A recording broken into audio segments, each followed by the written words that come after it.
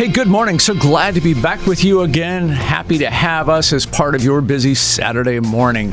Our focus today is going to be on Indiana's most deadly and silent epidemic. It's in full swing right now. There is no vaccine, and it kills literally thousands of people every year. Now, I know what you're thinking, and it's not the coronavirus. No, not at all. It's a condition called metabolic syndrome.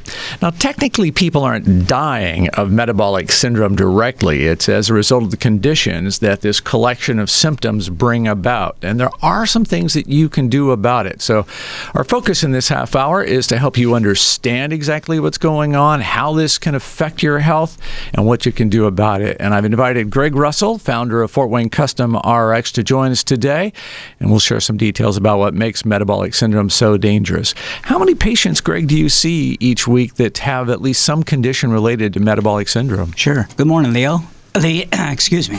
It's great to be here again today. I'm going to talk about probably one of my most passionate subjects here. Is when we start talking about metabolic syndrome, there's a whole parade, a host of symptoms that go on, and it probably contributes to our aging and premature death more than anything that we can encounter in life. So, great question. So, if you start looking at some of the different markers of metabolic syndrome, for example, we know that if you're over age 65, you've got a 50% chance of developing prediabetes, or you're already pre-diabetic. And we'll talk about that in just a moment, what that means. But yeah, it's very significant because it increases our risk of things like heart disease, stroke, kidney disease, which is on the rise, and now liver disease too. Yeah. So we're seeing a whole host of issues surrounding metabolic syndrome. Yeah, it is really a tough one. So they call it a syndrome because it's a collection of symptoms. And you ticked off some of them there. So let's walk through some of those warning signs. And if you have 3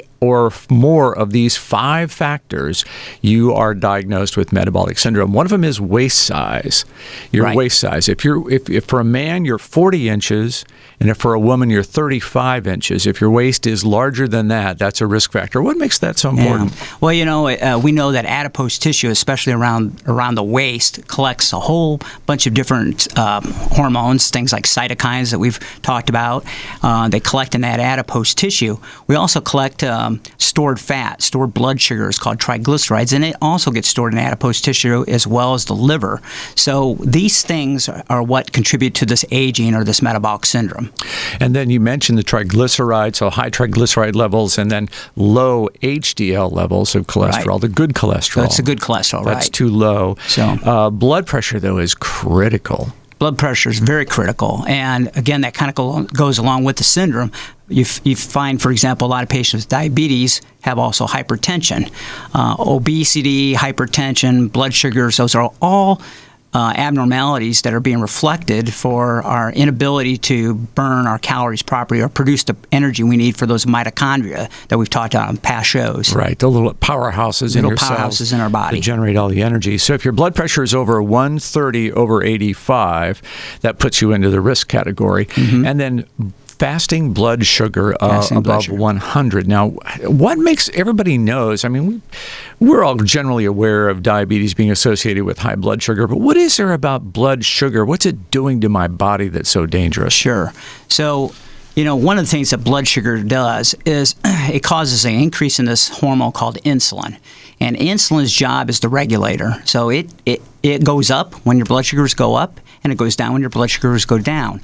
And so, again, this is a metabolic disorder, which means it doesn't just affect blood sugars, but fat, burning fat, and even protein breakdown and building. So what we're trying to do is we want to keep our insulin levels as low as possible. And the reason why we do that is there's this problem called insulin resistance. And over a period of time, and I liken it to, let's say you have a 4-speed car, you're driving down the highway, you want to be able to shift gears to get your speed up to. Well, what would happen, I know you're a car guy, Lee, what would happen if you drove your car in first gear 70 miles an hour down the road very long? You're going to burn the engine. You're going to burn the engine, and that's exactly what happens to the pancreas over time, which produces the insulin. The pancreas starts to get destroyed. So over a period of time then, when the insulin's going up, it's not doing its job, the blood sugar stays in this bloodstream, and that starts causing damage to those vessels. And it's the damage to the vessels that actually causes all the vascular problems that we see, which manifests itself as things like heart attacks, strokes, kidney disease, blindness, amputations, and the list just goes on and on and on. Yeah, so you are actually damaging the capillaries in your arteries. And I have heard sugar in the blood referred to, I mean, it makes it sticky, right? Right, exactly. It's like syrup or honey is very sticky because of the high sugar kind of content. think of it as little crystals that are breaking down that endothelium, little shards of glass. Yeah. So the higher that blood sugar is going, the more damage is occurring. And so why do we pick those cutoff points? So like we say, well, you have diabetes at 126. Well, that's when we start seeing some of the things like the small vessel disease, like blindness starting to occur because there's actually damage to those little small vessels when the blood sugar gets high. Yeah. But what's even more interesting to me is, we kind of cut that number at 100. There was a giant study that came out of Kaiser Permanente. They're a big healthcare system out west. They looked at 45,000 people, and they tried to determine, what they were trying to do is trying to predict who was going to get diabetes. And what they did was they started measuring people's blood sugars over the course of a decade. And what they saw was that for every 1 point over a fasting blood sugar of 85, that means you haven't ate overnight, you've gone 8 hours with no food or 12 hours with no food, and your blood sugar was above 85. For every 1 point over 85, you had a 6% increase of developing diabetes. Wow. So by the time you're at 100, you can do the math. That's a fairly significant increase of getting diabetes. Yeah, it sure is. And diabetes is just such an awful disease. I was on with Pat Miller the other day. What was Pat Miller talking about our discussion here this morning? And he reminded me that he really is the poster boy for metabolic syndrome and diabetes. He said, if I could go back in life, he's 67, I think, maybe. He said, if I could go back in life to my 30s and do it all over again, I would not have had a kidney transplant. I wouldn't have all the diabetes problems I'm having and the surgeries that he's had to have. So Pat, I think, did a great job of sharing kind of his personal story. And I hope people listen because, man, as we all get older, our health is going to be in such jeopardy if we don't get this diabetes, blood sugar, high blood pressure, all that stuff under control. You see it every week. I do. And I think, again, type A personalities, we're especially guys are getting on the go, and they're not paying attention. I think the other issue is as women start to become postmenopause and their hormones start to fluctuate, they also start to increase their risk of having some of these same metabolic syndromes. So yes, it's very widespread, and it doesn't just affect men or just women. It affects both sexes. Boy, it sure does. And you're a good point on women and hormones. That is so significant. That changes the entire picture for them, doesn't it? Mm-hmm. It sure does. In what way? What do you see in women that typically is different than in men? Yeah, well, I think, for example, estrogen has a great role of protecting against some of the blood sugar imbalances that we start seeing. And as women start to go into menopause, where their estrogen or progesterone, the testosterone all dropping, then we start seeing things like insulin resistance occurring. And so we know estrogen has a direct effect on that insulin receptor. And just to be clear, insulin's primary role in your body is to move sugar out of the bloodstream into the cells. And that's correct. If you don't have enough insulin, the sugar accumulates in your blood, or if your body just gets too accustomed to having so much insulin around all the time. And that's why the way that we eat is so important. And you want to have a period during the day where you are hungry because your body is not producing insulin that whole time. That's correct. So again, when we get into these abnormalities, it's very complex. A lot of things are going on. So for example, I've had patients with diabetes that say, hey, I never ate at bedtime, but yet my blood sugar is rising. What's going on? Well, what's going on is because they have an insulin sensitivity issue, the liver doesn't get the message not to break down glucose or glycogen stores, which is stored glucose. And glucose is the same thing as sugar, and so it's pumping that sugar out even while you sleep. So it's not always totally related to diet. Once you develop the disease, it's more difficult to catch it. So the important thing is, here I am at age 35 or 40. I need to watch those 5 metabolic markers that we talked about. Is my HDLs under 40 for men, or above 40, and above 50 for women? Is my triglycerides less than 150? Is my blood sugars lower? It's much easier to treat pre-diabetes than to treat diabetes. Yeah, absolutely. So let's take a look at metabolic syndrome from the solution standpoint. Okay. There are a lot of things that I can do outside of medications that make a difference for me. What do you think are some of the most effective? Sure. Well, let's talk about lifestyle first. That's going to be, we already mentioned part of it. Part of it is diet. We talked about trying to get more fibrous foods. I have a nice handout. Somebody can contact our store, or maybe I'll just put it up on, I could share that with you guys on Facebook or whatever, but it talks about what foods have the highest fiber, and we tend to look to try to get people to get 35 grams of fiber a day. It's pretty simple. It's really, we're looking at plant foods, okay? Yeah. So, but understanding things like raspberries, they have a lot of fiber in them. Mm-hmm. So, you know, that list comes very handy. So I start thinking to myself, how am I going to get 35 grams of fiber in my daily diet? And if I have diabetes, I want to get 50 grams of fiber, so even more. Other things that we know that will help improve insulin sensitivity is exercise. Okay, we're talking about aerobic exercise. And again, if you have diabetes, you need to check with your doctor because your exercise program may not be as vigorous or rigorous, can't be as rigorous as somebody who's 30 without diabetes. So, but we know exercise improves insulin sensitivity. Again, it's all about improving that insulin sensitivity. So once we get past those things, and other things that you could do are, we start looking at some of the herbs and the vitamins that come into play, and also what can we do to help prevent ongoing problems, that oxidation effect that we see with that happens with unchecked blood glucose. So then we start looking at things, and I think probably the biggest mover right now is berberine, and that's spelled berberine. Okay. We use that quite a bit, and it's also a wonderful product, which we can talk about in our next talk about how well it works with cholesterol. Okay, because it works on, so you're going to get kind of a 1-2 punch. But we like berberine because it really helps the body uptake that glucose, and it improves that insulin sensitivity. So, and it actually, what's interesting is there's actually been studies that compare it with metformin, and we all know what metformin does, right? Sure. We've all heard metformin, right? That it can be almost as effective as metformin. So considering that, that's really pretty good. And I know on one of your last shows you had one of the radio interviews talking about metformin, how well they liked metformin. So metformin does a lot of cool stuff. One thing it helped berberine, like metformin, works on that AMPK pathway, which is an anti-aging pathway too. Yeah, okay. I'm huge on the whole anti-aging thing. Yeah. So you brought along a product today called Metacardio Health, and this is it's got your brand on it, and so this is made for you? It's made for us by the Orthomolecular Company.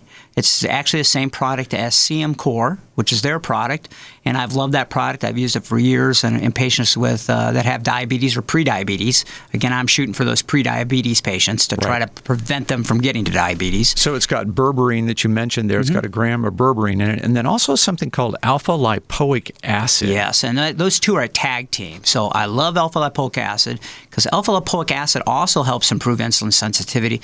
But even more than that, it's what we call a universal antioxidant. So remember, we talked about the vessel damage that can occur with things, that can lead to blindness or kidney disease or even cardiovascular disease. So diabetics also suffer from another condition called peripheral neuropathy, which means they lose the sense of feeling. It tingles and it burns, and it's a terrible thing. Right. Well, this, again, the dose that's in here is about 200 milligrams per dose, and that dose is really working as an antioxidant to help try to limit that. We will go higher doses with alpha lipoic acid if you do have peripheral neuropathy, because we're going to need about 1,800 milligrams potentially. Wow, so that's a lot, yeah. And you have to be careful with that drug or alpha lipoic acid, because there is some study in the literature that can affect your thyroid levels. Okay, so we need to monitor for that too. Yeah. So the science behind this. Now, we've all been taught to be so suspicious of supplements. Right. Because you don't know, they're not approved by the FDA. You don't know if they really work, and you don't know the quality of what you're buying. So talk to me about the science behind this berberine and alpha lipoic background. Yeah. So again, a very valid point, because you can go over the internet and you can find berberine and alpha lipoic acid all over the place. These products, they have to be carefully made. They have to be sourced from a good. You gotta appreciate the companies that are meticulous at making sure that they're getting good quality herbs. So, when you pick something like an herb like berberine or gymnema, which we can talk about in a moment, they have to, the right part of the plant has to be harvested. It has to be harvested at the right time. It has to be grown organically so that you're not getting chemicals and pesticides in them. There's a lot of things that go into it that the average person is not going to understand. Right. So finding companies that do things properly, we want products that are going to work. So we don't want somebody to spend a lot of money on something that's not going to work for them. We want them to keep coming back and seeing the results. Sure. So the product that we were just talking about there is called Metacardio Health. It's a private label brand by Fort Wayne Custom RX. And did you tell me you're 20% off on this product now? We're giving 20% off on that product right now. Okay, great. Yeah. So that's at Fort Wayne Custom RX up on DuPont Road. Another thing that you often recommend for people is resveratrol. Mm-hmm. I'm a huge fan of resveratrol Yeah. because of the anti-aging properties it has. Everybody loves red wine, right? So, yeah. Yeah. Right. Well, resveratrol, there's a part of the compound has some insulin-like activity. So, again, it's a major antioxidant. It kind of works, again, on the SIRT pathway, which, again, is another anti-aging pathway. So I love it. Again, it's got that antioxidant effect. So yes, when I have somebody who's been running blood sugars a long time high, it's time to really try to put the fire out. So we want to use that product too. We have just a few minutes left, Greg, and I have been negligent. I've kept this conversation to us, but the phones are open if you have a question for Gregg Russell about a supplement or something that might be working for you or that could work for you. Now's the time to jump on the phone because we have just a couple minutes left. So do I take resveratrol plus the Metacardio Health? You can, absolutely. And again, depending on how bad what's going on, again, it's insurance. That's what we're trying to do. We're trying to prevent potential damage that could be occurring because the little damage you get now, 20 years down the road, becomes big damage. Yeah. And that's what we're trying to prevent. Yeah. What else do you recommend for people who are concerned about these factors of metabolic syndrome? Yeah, sure. Well, I look at things like coenzyme Q10. Again, that's another wonderful product. It works on blood pressure. It also is a natural fire extinguisher, I call it, or the antifreeze for the mitochondria itself. So I'm a big coenzyme Q10 proponent. And one of the things I also, again, if I have a patient that has a lot of oxidative damage going on or they've got the peripheral neuropathies, there's studies showing that 300 to 400 milligrams of coenzyme Q10 might be necessary, and it might be helpful. And isn't that normally if I'm taking a statin, I ought to be taking coenzyme Q10? Well, sure. That's one of the things that it does too. But this is kind of a little different mechanism. What happens is if you're taking a statin, it robs your body of coenzyme Q10, which is part of that pathway to make cholesterol. So we want coenzyme Q10. We don't necessarily want high amounts of cholesterol, but we still need lots of coenzyme Q10. And unfortunately, as we age, guess what goes down in life? Yeah. Coenzyme Q10. Right, exactly. Right. And there was one other that you just mentioned a moment ago. Gymnema? Gymnema. Yeah, I've never heard of this. All right. Now, this is a really fascinating herb to me. This comes from India. And the people in India have used it for years as what they call it's in India, gymnema means sugar destroyer. Oh. So they used it for years to control blood sugar diseases. Huh. So yeah, it does have some what it works is a little differently. It actually blocks glucose from being absorbed through the digestive tract.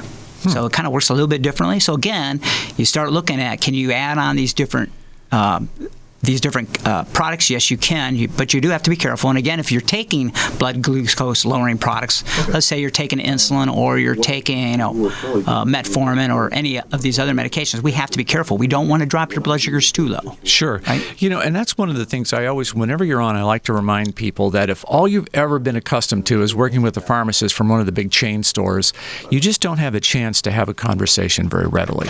I mean, they always ask, do you have any questions for the pharmacist? And how many people actually do? Not many, right? Yeah.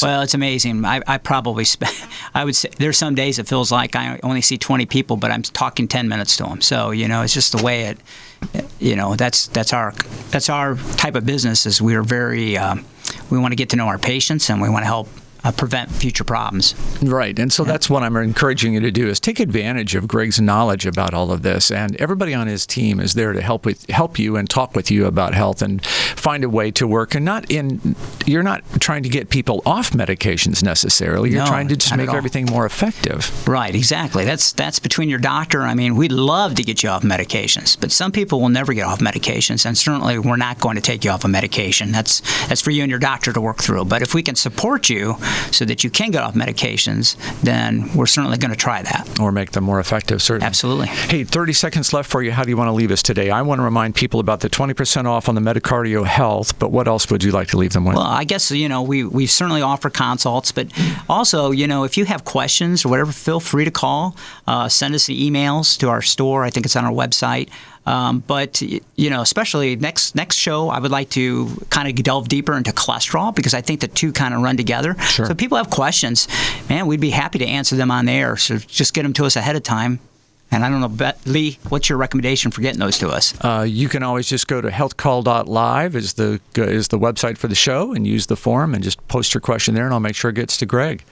Gregg Russell is the founder of Fort Wayne Custom RX. They are at 425 East DuPont Road. You can find them online at fwcustomrx.com.